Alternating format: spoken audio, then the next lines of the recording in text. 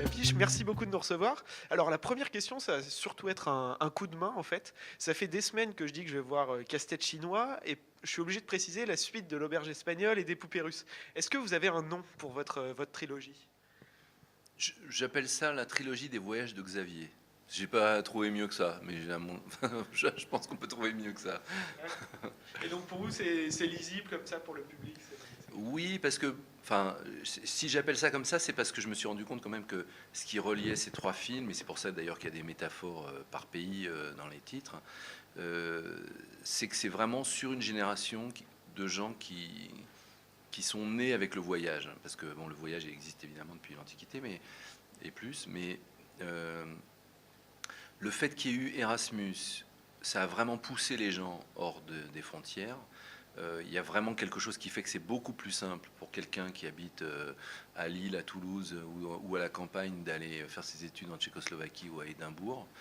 Et, et du coup, ça change beaucoup la vie d'un pays parce que j'imagine que pour vous, n'ayant Sciences Po, vous êtes obligé de partir dans un pays étranger. Donc ce genre de choses, on se rend pas compte à quel point c'est fondamental pour changer une génération. Donc c'est vrai que ces trois films font le récit depuis les années 2000 euh, de cette nouvelle génération qui est liée au voyage et à la mondialisation. Alors justement, il y a quelque chose qui a beaucoup influencé cette génération, c'est l'auberge espagnole. Depuis l'auberge espagnole, tout le monde a envie de partir en Erasmus, à Barcelone. À Sciences Po, on est tous partis, comme vous le disiez tout à l'heure. Est-ce que Erasmus vous paie grassement pour ce que vous leur avez apporté? Malheureusement, non. Le truc qui me rend le plus heureux, au-delà de l'argent, c'est c'est le fait que c'est assez rare quand on fait un film d'avoir une répercussion sur la vie réelle des gens. Et je suis vachement fier de cette publicité-là, parce que franchement, beaucoup plus que le succès du film, ou beaucoup plus que le fait d'avoir un impact émotionnel sur les gens, le fait de rentrer dans leur vie au point de les pousser à aller un an ailleurs, je suis très très fier de ça. Et vous parlez espagnol? Hablas espagnol? Alors pour trouver un appartement dans Barcelone, c'est toute une histoire. I'm Italian, German, Danish, English, espagnol. Sure, cool. Et alors, est-ce que dès le début, vous saviez que vous feriez 3 films? Ou peut-être plus d'ailleurs, vous avez peut-être me dire. Non, non, en faisant l'auberge espagnole, je pensais pas que ça allait marcher et je pensais pas faire trois films. Donc euh, les deux ont été surprenants. Et c'est vrai que évidemment, c'est parce que le film a marché qu'ensuite il y a eu une volonté de faire une suite. Et puis c'est parce que c'était une histoire heureuse. Ça a été une histoire heureuse avec les acteurs. Moi, j'ai eu très envie de retravailler avec Cécile de France que j'avais découvert dans l'auberge espagnole, évidemment avec Romain que je connaissais déjà, avec Audrey, avec tous les acteurs de la colocation de l'auberge espagnole. Donc c'est vraiment ça qui a été le moteur pour continuer à faire un film derrière. It's a love story. Well, that's easy, we're both experts. Puis un troisième. C'est marrant que tu vois ça si compliqué la vie. Je suis ici à New York pour pouvoir vivre à côté de mes enfants. Que j'ai eu avec une Anglaise avec qui j'ai vécu 10 ans. En Angleterre, à Paris. J'ai un enfant avec 2 lesbiennes. Je suis marié à une Chinoise pour pouvoir être américain. Et la vie, elle est pas si compliquée?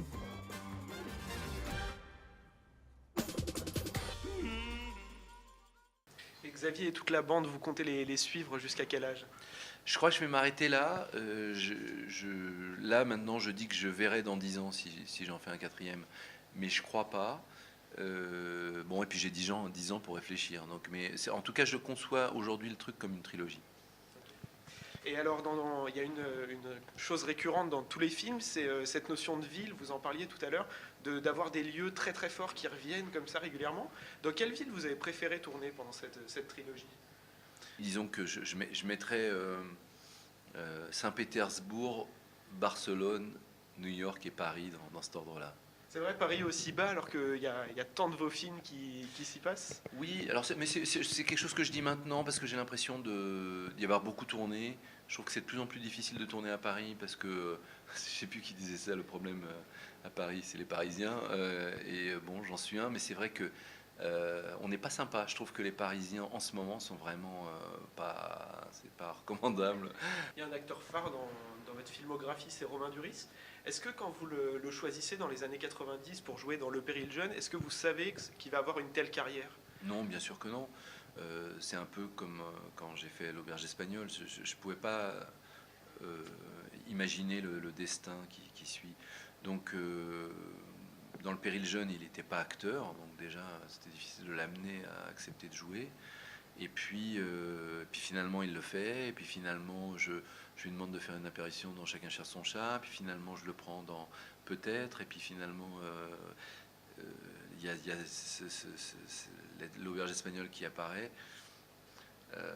Quand il fait l'auberge espagnole, c'est le moment où il se dit ok, ça va être mon métier, je veux être acteur. Et donc forcément à ce moment-là, il y a un tournant assez fort pour lui et puis dans notre relation. Le film dont vous êtes le plus fier? C'est difficile aussi, j'imagine.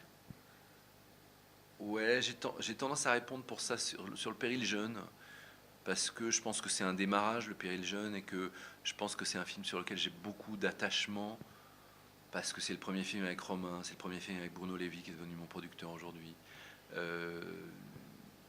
C'est un film avec deux scénaristes avec qui j'étais au lycée, Santiago Amigorena, Alexis Galmo. Il y a une espèce d'histoire très affective dans l'écriture de ce film avec ces deux copains, et ensuite dans ce qui s'est passé avec ce film, qui est vraiment une notion de démarrage, beaucoup plus que mon premier long métrage, rien du tout. Donc j'ai une affection pour ce film-là, pas forcément raisonnable, mais en tout cas, ouais, je l'aime bien. Le Péril jeune, justement, c'est un film qui est tourné dans les années 90, où vous parlez de l'après 68, et qui parle, alors peut-être que c'est grâce à ça, à toutes les générations, au post-68 art, à la jeunesse d'aujourd'hui, toujours de la même manière. Comment vous expliquez que ça parle vraiment à une tranche d'âge, quelle que soit l'époque? Je pense, c'est un peu comme dans ces trois films-là, dans l'auberge espagnole, les poupées russes et Casse-tête, je me réfère à qu'est-ce que c'est avoir 25 ans, avoir 30 ans, avoir 40 ans. Parce que finalement, il y a une espèce de logique dans la vie qui font que pas tout le monde est étudiant, mais à 25 ans, on peut se retrouver étudiant ou en fin d'études, qu'à 30 ans, on est un peu obligé de se confronter à, d'une part, la vie de couple, et d'autre part, le fait de choisir dans quelle branche on va travailler.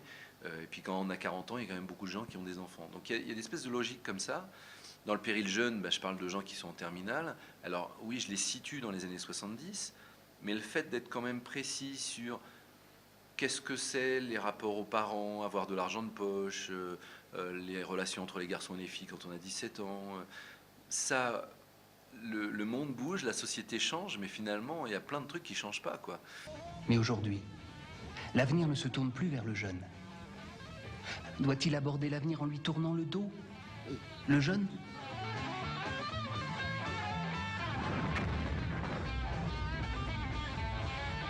Et dans vos films, vous passez de musiques totalement différentes, je pense à Pierre et le Loup, à Wax Taylor, il y a Daft Punk. On a l'impression d'entendre d'assister à un fan de musique qui présente ce qu'il aime à ses amis. Est-ce que c'est comme ça que ça fonctionne? Ouais, c'est un peu comme ça. Après, il faut qu'il y ait une cohérence. Donc, les limites de cette cohérence, c'est le fait que aujourd'hui, c'est plus facile d'être incohérent. Quand vous regardez les films de Tarantino, il fait pareil que moi. C'est-à-dire qu'il peut y avoir de la musique mexicaine, puis un rock, puis un truc funk. Je pense que c'est propre à notre époque. C'est pas pour dire je fais comme Tarantino. Il y a quelque chose qui fait que dans les années 50-60, on demandait à un compositeur et il y avait un thème qu'on développait. Donc il y avait un truc plus dramatique ici, mais un truc plus jovial ici, tout ça. Donc il y avait un truc plus linéaire.